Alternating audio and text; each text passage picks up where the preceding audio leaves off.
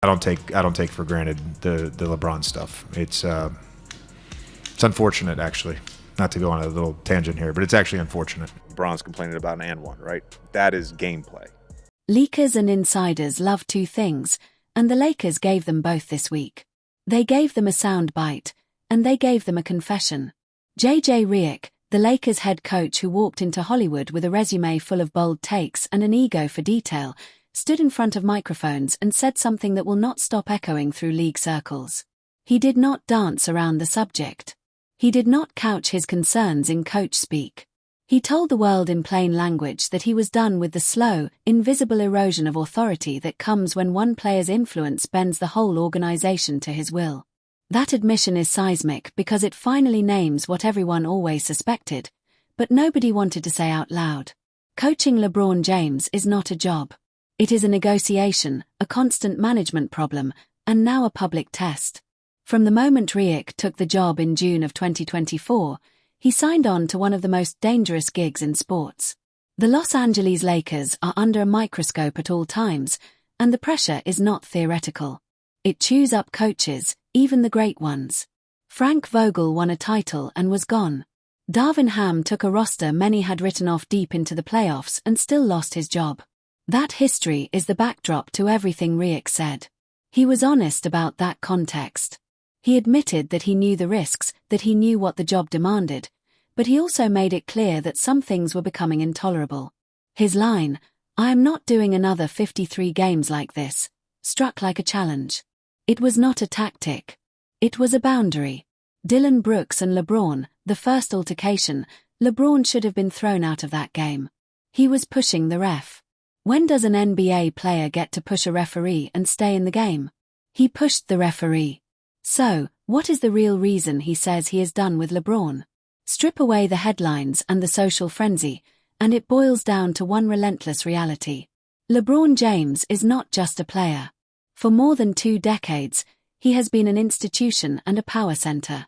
That kind of presence reshapes a franchise. It influences personnel decisions. It alters rotation philosophies. It changes the rhythm of practices, and it shifts the balance of authority. Redick used language that was almost clinical when he described it. Coaching him is not a matter of drawing up better plays. It is a matter of managing influence, of navigating leverage, and of trying to hold firm when the gravitational pull of greatness wants to rewrite the plan. Every night, Redick gave examples that will haunt front offices across the league. He talked about how certain possessions feel like they no longer belong to the coach. He described a rhythmless offense after LeBron returned from injury, a series of possessions where spacing and timing were sacrificed for habit and instinct. He admitted he took responsibility, and then he pushed the conversation further. He said the team needs structure, and that structure was being undermined by the same force that built the franchise into an icon. That is the core contradiction. The player who made the franchise valuable in the first place also wields a level of influence that can erode the very structure needed to win at the highest level. LeBron clearly fouls him, even hits him in the chest. The ref standing there says nothing. Absolutely nothing. Here's the part no one is telling you. Redick did not paint the story in black and white. He praised LeBron. He called his commitment in year 23 remarkable. He acknowledged the professionalism, the preparation, and the way a legend manages his body. But he also said something that few coaches would ever dare admit publicly. He said that coaching LeBron sometimes feels like negotiating with another leader, not directing a player. He offered the striking detail that LeBron can and sometimes does override instructions, and that when that happens, it is not always wrong. Redick's point was subtle and sharp. It is not that LeBron is insubordinate. It is that the dynamic often becomes a nightly balancing act between structure and instinct, and external structure often loses. That tension played out in games and in pivotal moments. Redick cited specific stretches where the team looked unorganized offensively. Analysts pointed to a worse-than-expected net rating when certain lineups share the floor. For a coach who wants to build a repeatable system, those numbers are not academic.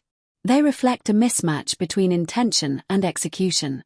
Redick argued that when you have a 41-year-old legend whose shot clock in the mind is different from the play clock on the board, the result is a roster that drifts rather than executes. The patience for drift is thin in championship cities. Riek's warning was that you cannot paper over structural misalignment with charisma or with highlight plays. The math eventually forces a decision. JJ Riek states that Luka, not LeBron, was the one who was supposed to shoot the technical free throw called on Dylan Brooks late in the game. Riek also lifted the veil on the political pressure coaches face in Los Angeles. He was blunt about the fact that not every criticism can land the same way when you are challenging a franchise icon. He said that accountability is not evenly distributed.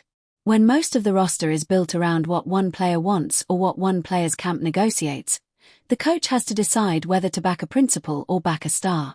Riek signaled that he wants to back principles. That is the reason he says he is done.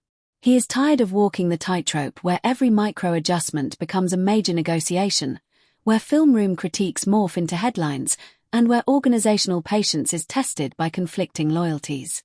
The coach tied this to a larger organizational pattern. He pointed to repeated coaching turnover as evidence of a system that protects some voices while punishing others. Vogel won a championship and was shown the door. Ham took a team to the Western Conference Finals and then found himself out of a job too.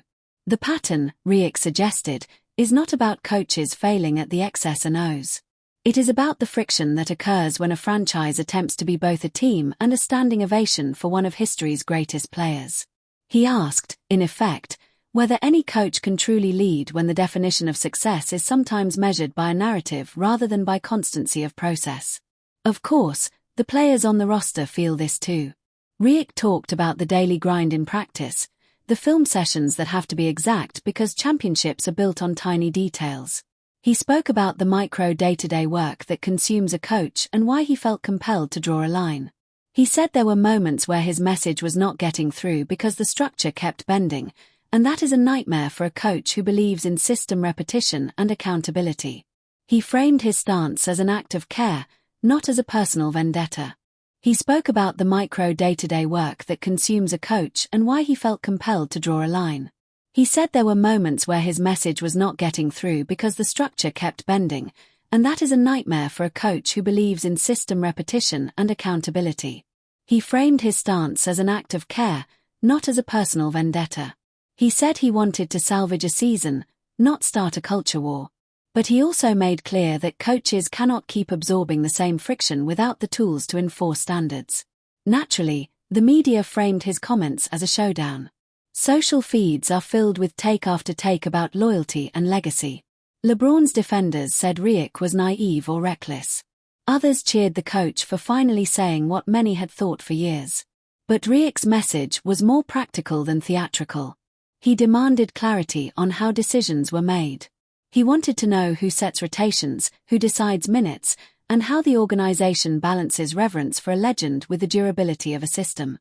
He asked for managerially clear lines because without those lines, coaches cannot plan.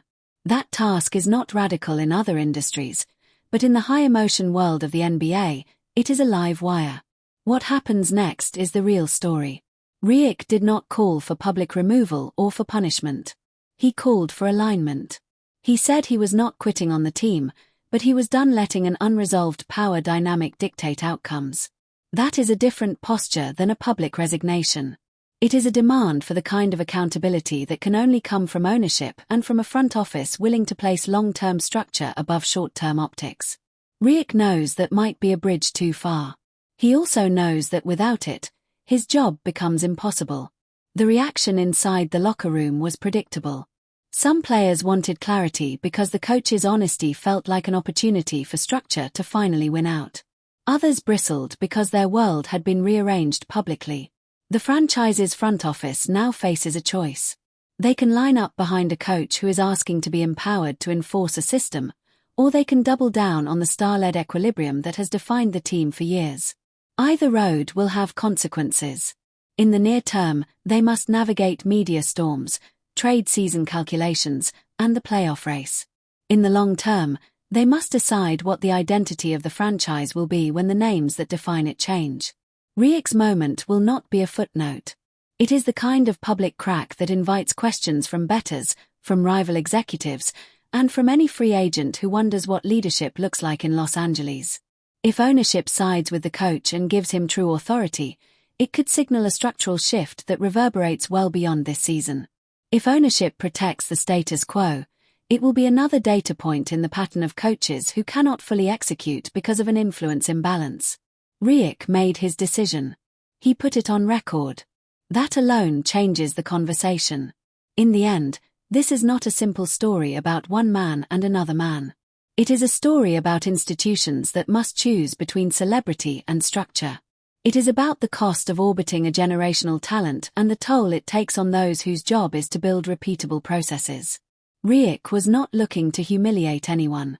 He was looking for a playing field where accountability is real and where leaders can do their work without having to calibrate every instruction to a legend's preference. That is why he said he was done. He wants to coach. He wants clarity. He wants to lead. Whether the organization gives him that is the question that will decide how this season and perhaps the next era of Lakers basketball plays out. Let us know who you are supporting here.